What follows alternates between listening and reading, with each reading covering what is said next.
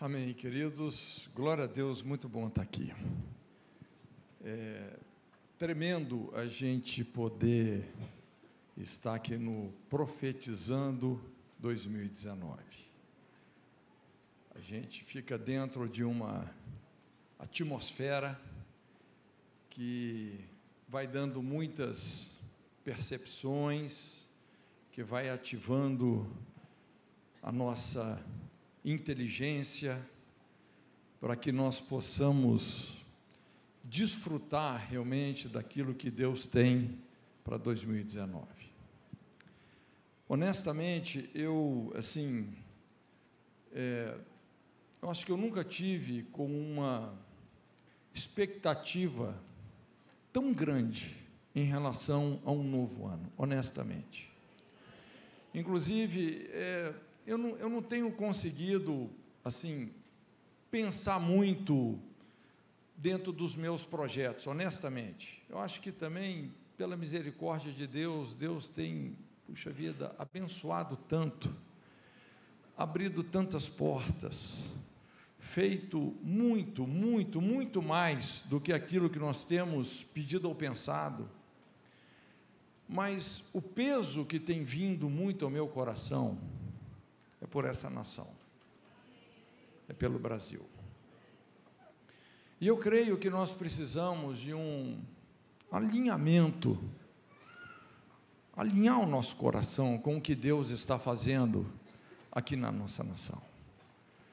Não é questão de que nós temos aí um novo governo, obviamente tudo isso é muito importante,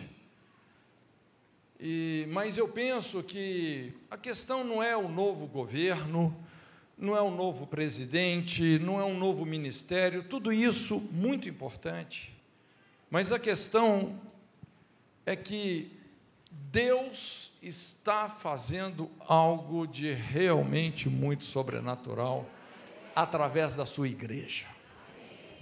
Deus tem levantado no Brasil uma igreja com I maiúsculo, um povo que realmente tem sido coluna e firmeza da verdade.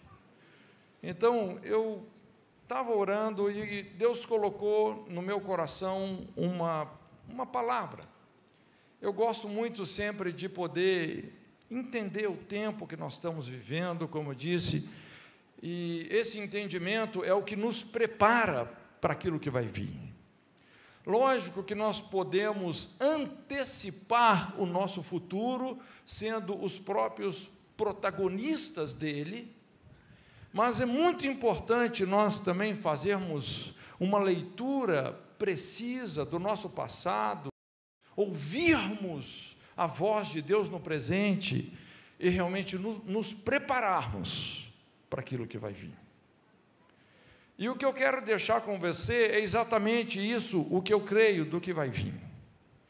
E eu chamo isso o avivamento de Abacuque. Deus me levou a esse livro do profeta Abacuque, e honestamente é uma identificação muito profunda. Eu, por um lado, compartilhei, penso, de alguns sentimentos, alguns pensamentos, algumas lutas, expectativas que esse profeta teve que enfrentar. E nós vamos ver como tudo isso termina num dos mais elevados níveis de adoração, né? Porque Abacuque 3 é realmente a expressão da verdadeira adoração.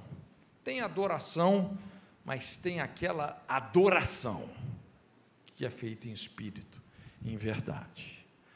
Ainda que a figueira não floresça, ainda que as ovelhas do curral sejam arrebatadas, que o produto da oliveira minta, todavia, o Senhor fará os meus passos como os das gazelas, nos fará andar nas suas alturas. Mas é interessante porque logo no início do primeiro capítulo, em Abacuque, Deus dá uma resposta.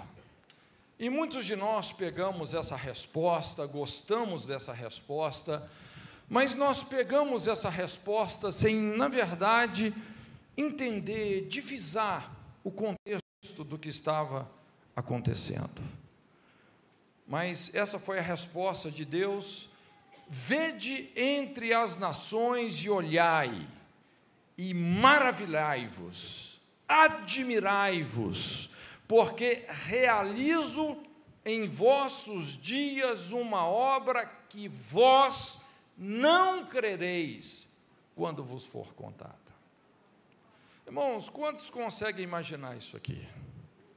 Quantos conseguem dar um grande aleluia para isso? Olha lá o que você está falando.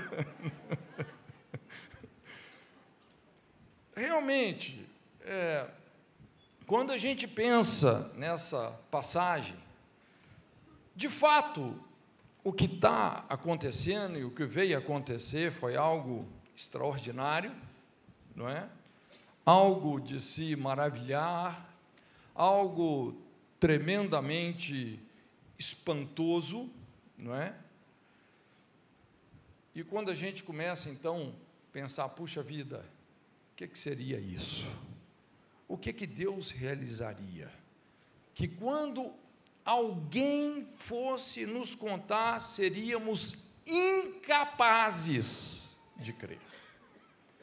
E você vai ver que o que está em foco aqui, na verdade, não é tanto essa obra extraordinária, e ela foi assim extraordinária, mas o que está em foco aqui é que Deus está confrontando um tipo de incredulidade. Tem uma incredulidade aqui. Ele está dizendo que nós não acreditaríamos. O que nós não acreditaríamos? À primeira vista, como eu disse, é um texto que soa extremamente desejável, mas quando a gente começa a mergulhar no contexto, nos deparamos com algo estarrecedor. Pegando aqui, então, esse contexto da nação, depois de um tempo de muita excelência, prosperidade, que culminou principalmente, aqueles que conhecem, assim, bem detalhadamente a história de Israel, né, a história que a Bíblia nos conta sobre Israel. Então, isso culminou no reinado de Davi, Salomão, não é, o apogeu da glória da nação. Mas, aos poucos, no decorrer das gerações, Israel vai entrando numa expressiva decadência. E a nação, então, começa a ser advertida de muitas formas, começa a ser advertida por muitos profetas. Inclusive, haviam fases, haviam governos que Deus precisava de levantar muita gente. Porque quando o governo entra em crise, o ministério profético entra em cena. No governo de Acabe, por exemplo, foram centenas de profetas que precisavam ser levantados, porque à medida que eles eram levantados, eles eram mortos. E Deus foi avisando a nação. Mas eles não davam ouvidos. Era como alguém que estivesse construindo uma parede torta. Você consegue imaginar? Você coloca um tijolo, outro, obedecendo uma inclinação, e quanto mais alto essa parede fica, maior é a instabilidade. A profecia de uma tragédia. Foi o que Amós viu. Um prumo. Deus falou, coloca o prumo na parede. Existe uma tragédia à vista. E Deus foi avisando. Então, de repente, é isso agora que Abacuque está vendo. E a Bíblia fala assim, olha só como é que começa o livro de Abacuque. Sentença revelada ao profeta Abacuque: até quando, Senhor, clamarei eu, e tu não me escutarás? gritar-te-ei violência e não salvarás.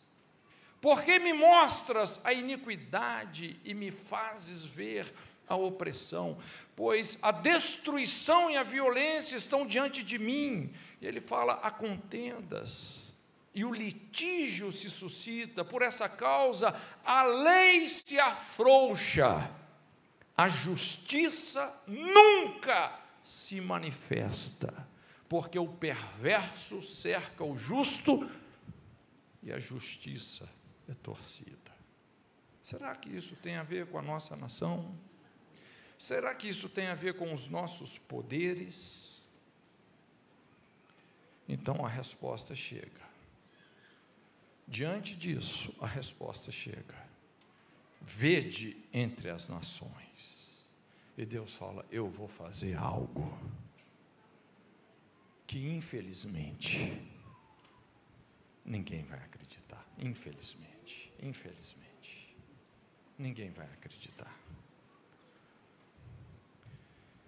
Só as pessoas que normalmente conseguem se identificar com o temor de Deus, enxergar o pecado com os olhos de Deus, pode, na verdade, entender esse texto. Na verdade, o que está em pauta aqui é uma forte intervenção divina através de um grande juízo, uma grande correção, que de fato surpreenderia a todos. Esse fato, literalmente, se cumpriu quando Jerusalém foi arrasada e o povo foi desterrado.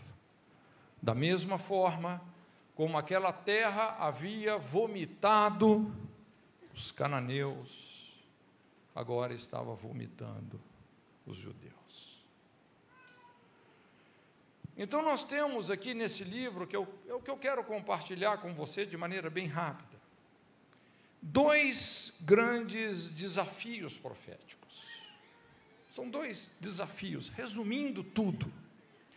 O primeiro grande desafio profético é esse: era o profeta conseguir fazer o povo acreditar que existe um Deus que corrige, que julga. O texto fala assim, vós não crereis. É o que Abacuque falou. O quadro, como nós estamos falando, veja bem, normalmente, o pecado não apenas traz uma dinâmica de escravidão, como também um terrível processo de insensibilidade moral, dureza de coração, seguido muitas vezes pela cauterização da consciência, o endurecimento da consciência. E isso torna ainda mais difícil, radical e desafiante o ofício profético. O povo, principalmente por causa da influência dos falsos profetas, estavam totalmente céticos em relação a essa possibilidade de uma correção extrema. Veja bem que já eram aproximadamente 14 gerações de tolerância. A Bíblia fala assim, de Abraão a Davi, 14 gerações, e depois fala assim, de Davi até a deportação para a Babilônia, 14 gerações. 14 gerações em decadência.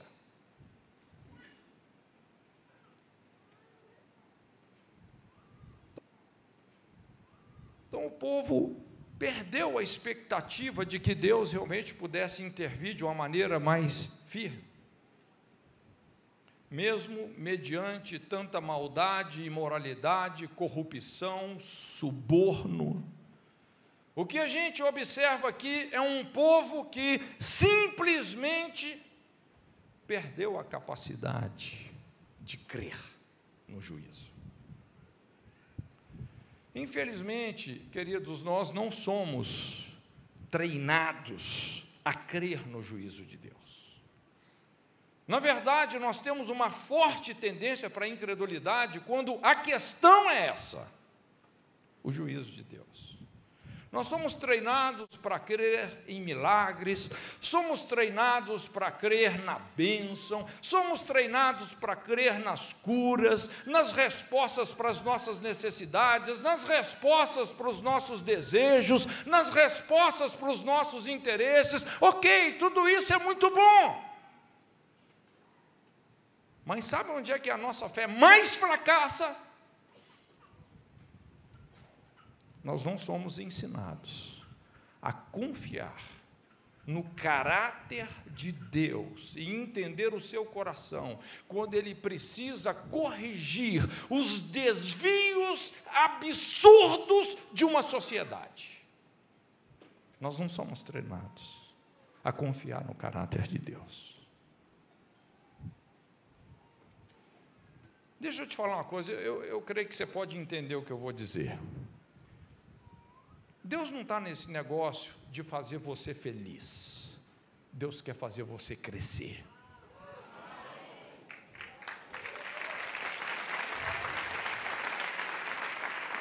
Há muito tempo, Deus estava chamando o povo para uma purificação. Porém, ele vinha sendo ignorado, vez após vez. Os profetas tentando avisar um povo ensurdecido, obstinado. A classe religiosa, que também era política, talvez eram até mais políticos que religiosos, eles estavam tão seguros em si mesmos que qualquer profecia nesse sentido seria totalmente absurdizada. Eles estavam desprezando os verdadeiros profetas, e lógico, sempre haverão aqueles profetas que vão dizer o que nós queremos ouvir, e não o que nós precisamos de ouvir. Eles estavam tão acomodados com seu estilo de vida corrupto, que eles seriam inevitavelmente pegos de surpresa. Seriam pegos de surpresa. Então, qual seria, de fato, essa obra tão admirável que Abacuque fala? Que ninguém creria. Vem um tempo da correção de Deus, o tratamento de Deus. A nação seria destruída, exilada, um duro processo de tratar com as mais profundas raízes da idolatria daquele povo. Veja bem, avivamento, esse avivamento que Abacuque profetiza, aviva a tua obra no decorrer dos anos, isso sempre brota de um processo genuíno de restauração. E não existe restauração sem correção. Milagres são muito bons, mas eles não transformam o nosso caráter. O juízo de Deus, sim. E o juízo de Deus começa pela casa de Deus. Esse é um princípio do reino. Veja bem, no primeiro capítulo de Abacuque, Israel é julgado.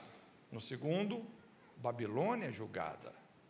Se você ler o capítulo 2, inclusive, você vai ver os 5 ais para os caldeus. Aliás, é muito importante, assim, a gente tem que entender, por isso que a gente jamais pode se alegrar na derrota de um inimigo, porque aqueles que são instrumentos do juízo de Deus, depois serão julgados, é o próximo da fila. Então, Israel é julgado, Babilônia é julgada, e depois as nações são julgadas. Começou por Israel, mas atingiu todo mundo. Mas é muito importante nós entendermos que as maiores manifestações de Deus acontecem exatamente nesse processo de julgamento e purificação. Antes desses avivamentos de magnitude mundial, porque a gente observa na Bíblia alguns avivamentos de magnitude global. Por exemplo, Mesaque, Sadraque, Abdinego, na fornalha. as 3 barras de ouro colocadas no cadinho de Deus.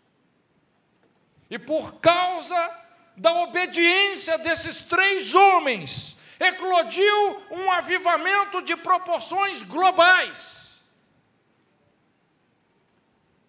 Daniel, revelando o sonho de Nabucodonosor, decifrando a mensagem de Belsazar, depois na cova dos leões.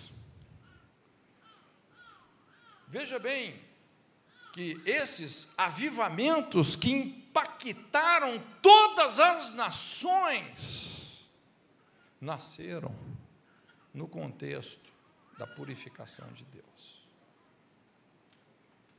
Foi num contexto de juízo e purificação. É por isso que Abacuque também, ele explica, não é? E ele fala sobre o juízo, a visão, pois a visão é ainda para o tempo determinado, se apressará até o fim, ainda que se demore, espera, porque certamente virá, não tardará. O juízo tarda, mas não falha. Os juízos de Deus estão em toda a terra. E nós sabemos, queridos, Deus não brinca com o pecado, nem nós devemos, não é, fazer isso. Ontem a gente viu como as nossas escolhas têm consequências, pensamentos têm consequências. Mas o primeiro tipo de incredulidade que Deus quer quebrar nas nossas vidas é em relação ao seu juízo. Às vezes aquela visão otimista, romântica da passividade religiosa que nos torna insensíveis ao pecado, isso precisa cair por terra rápido. Ninguém acreditava que Jerusalém fosse ser entregue aos inimigos, levada para a terra da confusão, Babilônia. Quando Jeremias, por exemplo, profetizava contra Jerusalém, isso era interpretado pelos líderes da nação até mesmo como um sacrilégio, um terrível absurdo, mas simplesmente, para surpresa de todos, foi o que aconteceu. Poucos homens, como Oséias, Jeremias, Abacuque, Ezequiel, acreditaram de fato nessa obra admirável. O povo inteiro estava enganado, os líderes da nação estavam distraídos, os sacerdotes estavam errados. É terrível pensar que Deus está conosco de uma forma quando Ele pode estar de outra, totalmente oposta. Então veja bem, o processo de Deus mudar certas convicções erradas que nós temos, muitas vezes é doloroso, mas é necessário. Envolve desilusões. O problema é que muitas vezes esse processo pode se tornar assim, tão forte, tão duro, tão traumático, que não apenas destrói as falsas convicções, como também as verdadeiras. Veja bem, se você continua lendo sobre essa história do povo lá no cativeiro, mesmo após o tempo prescrito para o cativeiro terminar, porque foi prescrito um tempo, 70 anos, os 70 anos já tinham passado, mas os exilados permaneciam na inércia causada por tamanha decepção. Então aqui entra o segundo desafio profético. Infelizmente, muita gente desiste aqui. Enquanto o primeiro desafio profético é nós exercitarmos a nossa fé no juízo de Deus, Ele está comprometido realmente em nos fazer crescer, não é? Restaurar. Mas o segundo desafio profético é levar agora o povo a acreditar na restauração. Acreditar na restauração. Uma restauração parecia impossível, mas os profetas tinham um novo desafio: fazer o povo acreditar na restauração de Deus. Foi uma tarefa tão difícil quanto fazer o povo acreditar no juízo. Basta você ler Neemias, Ageu, Zacarias, para entender o esforço que foi necessário ser empreendido para restaurar a fé daquelas pessoas abatidas por um julgamento, lógico, nós estamos falando realmente 14 gerações insistindo na desobediência. Então, só resumindo aqui algumas lições sobre o juízo divino. A palavra, uma das palavras na Bíblia que mais expressa um alinhamento é a palavra juízo. A palavra juízo significa retidão, correção, alinhamento. Alinhamento. Então, primeira coisa, algumas lições bem rápido.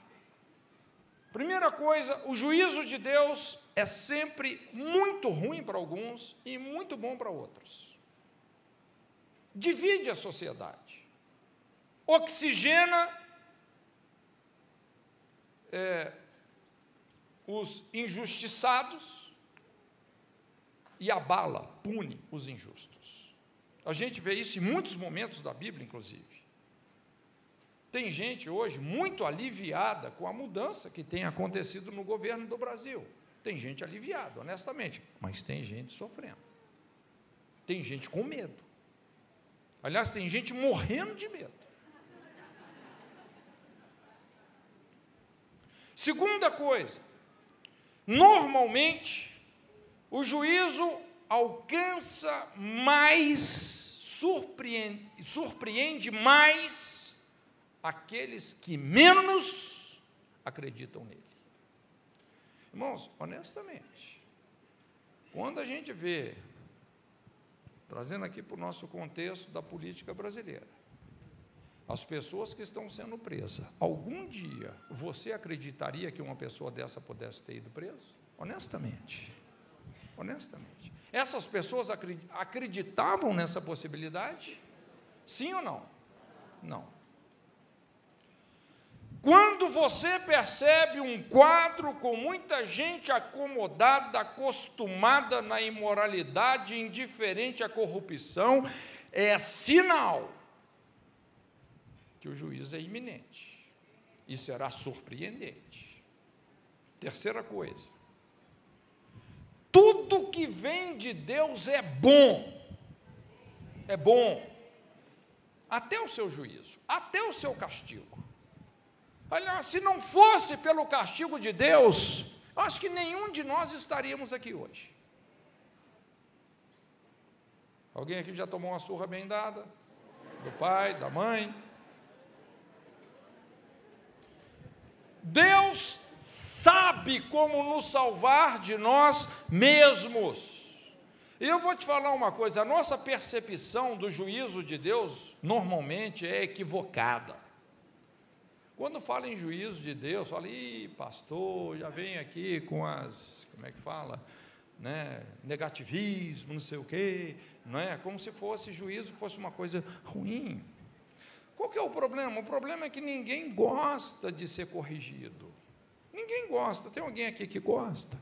Tem gente que só de você chamar a atenção dela para uma coisa boba, rapaz, ela já faz um rebu.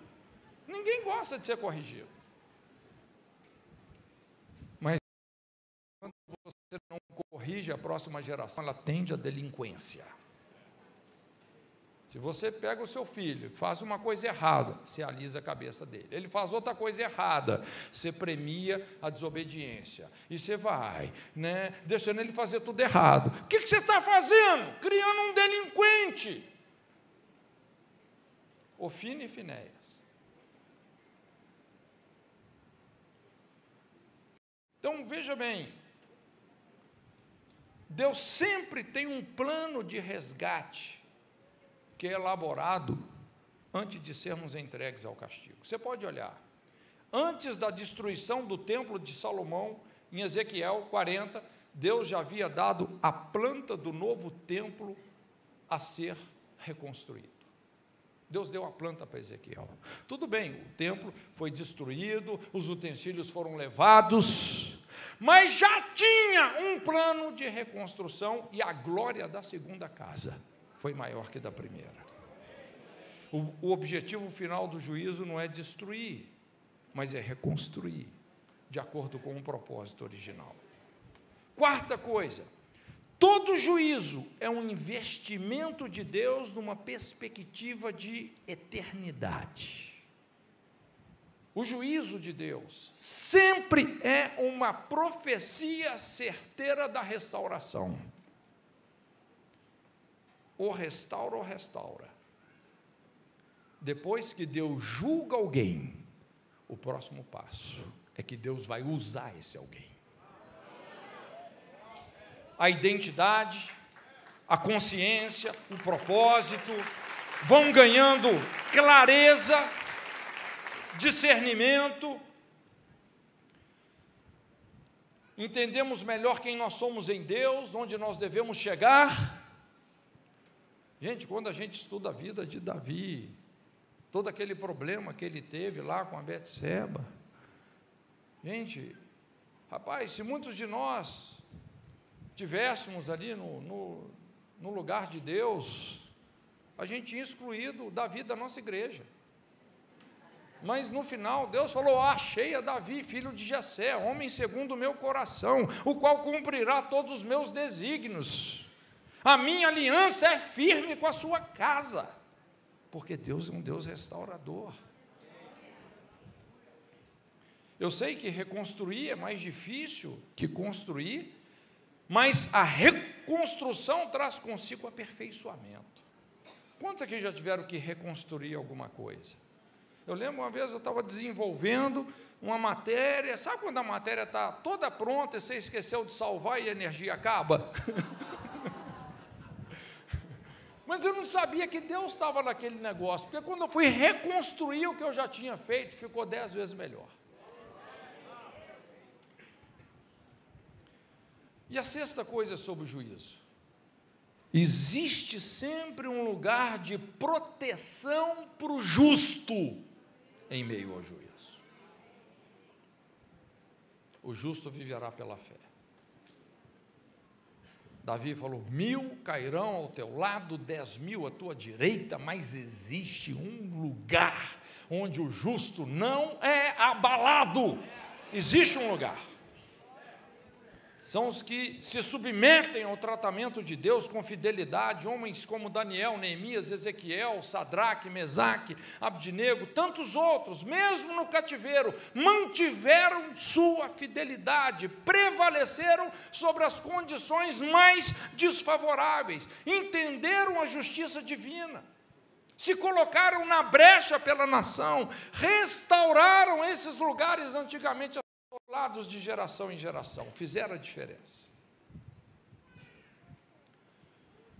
Quando a gente estuda esse contexto profético de Israel, eu acho que não é muito diferente do que está acontecendo como o Brasil. Muitas vezes Deus trata uma nação como se fosse uma pessoa, gente. Não é? Impressionante. Aliás, na Bíblia, raramente você encontra uma profecia para o indivíduo, você encontra muito mais profecias num plano corporativo, né? Assim diz o Senhor para Israel, para Moabe, né? Para nações, do que para o indivíduo.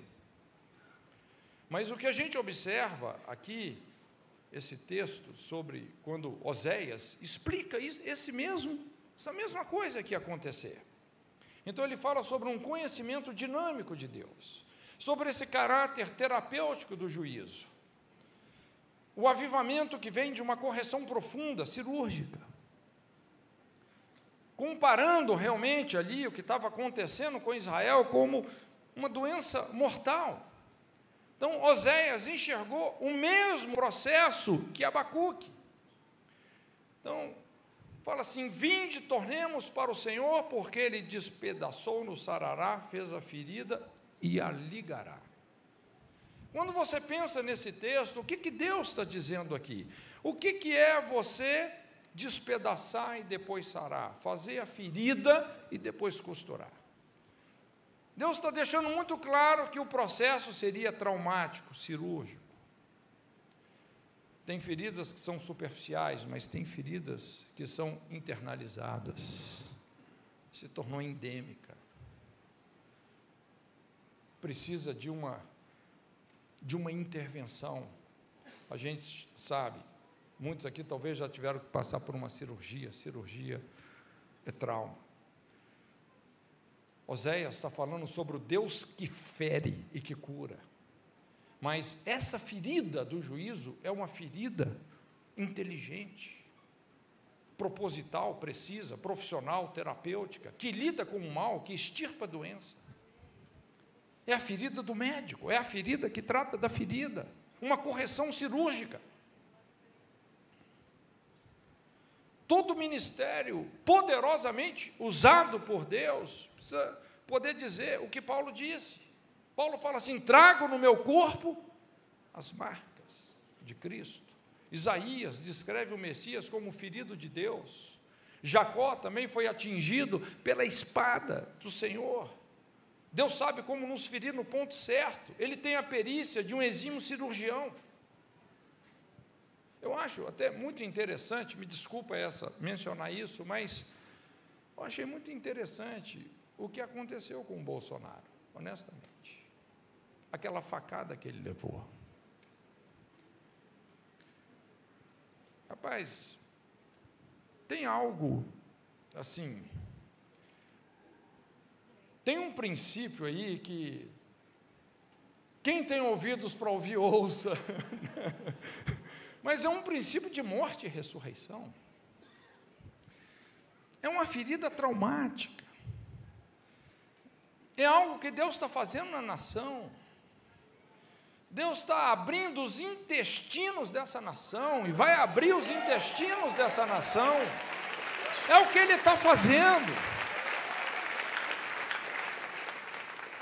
É muito importante a gente entender o que está por vir aí.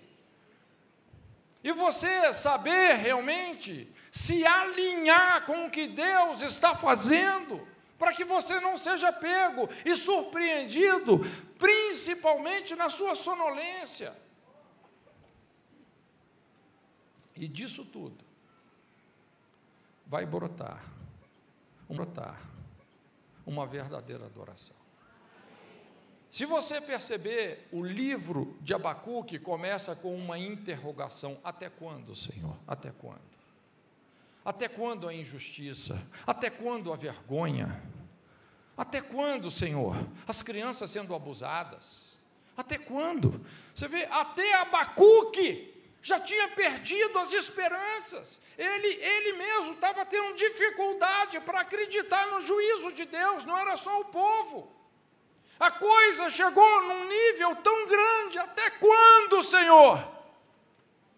Eu vou fazer uma obra maravilhosa.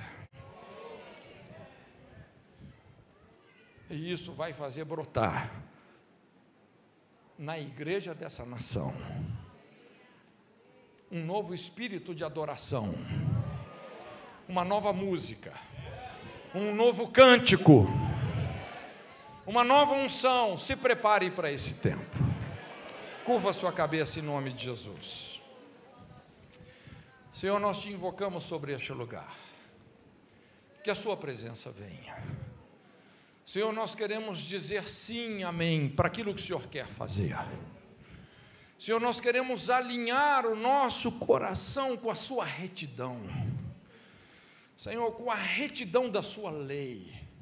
Senhor, nós queremos colocar o nosso coração susceptível ao temor do Senhor. Venha sobre as nossas vidas, venha sobre essa nação. E nessa noite juntos, com a sua igreja, o seu povo, o povo que o Senhor ama, esse povo poderoso que o Senhor tem levantado, juntos nós queremos levantar um clamor por essa nação. Invocamos: venha o teu reino, seja feita a sua vontade nesta nação, traz à luz todas as coisas que estão em trevas, em nome de Jesus, que a sua palavra possa correr velozmente por todos os cantos e recantos dessa nação, que a sua justiça venha sobre essa terra, que ela possa produzir abundante salvação. Aviva a tua obra, no nome de Jesus.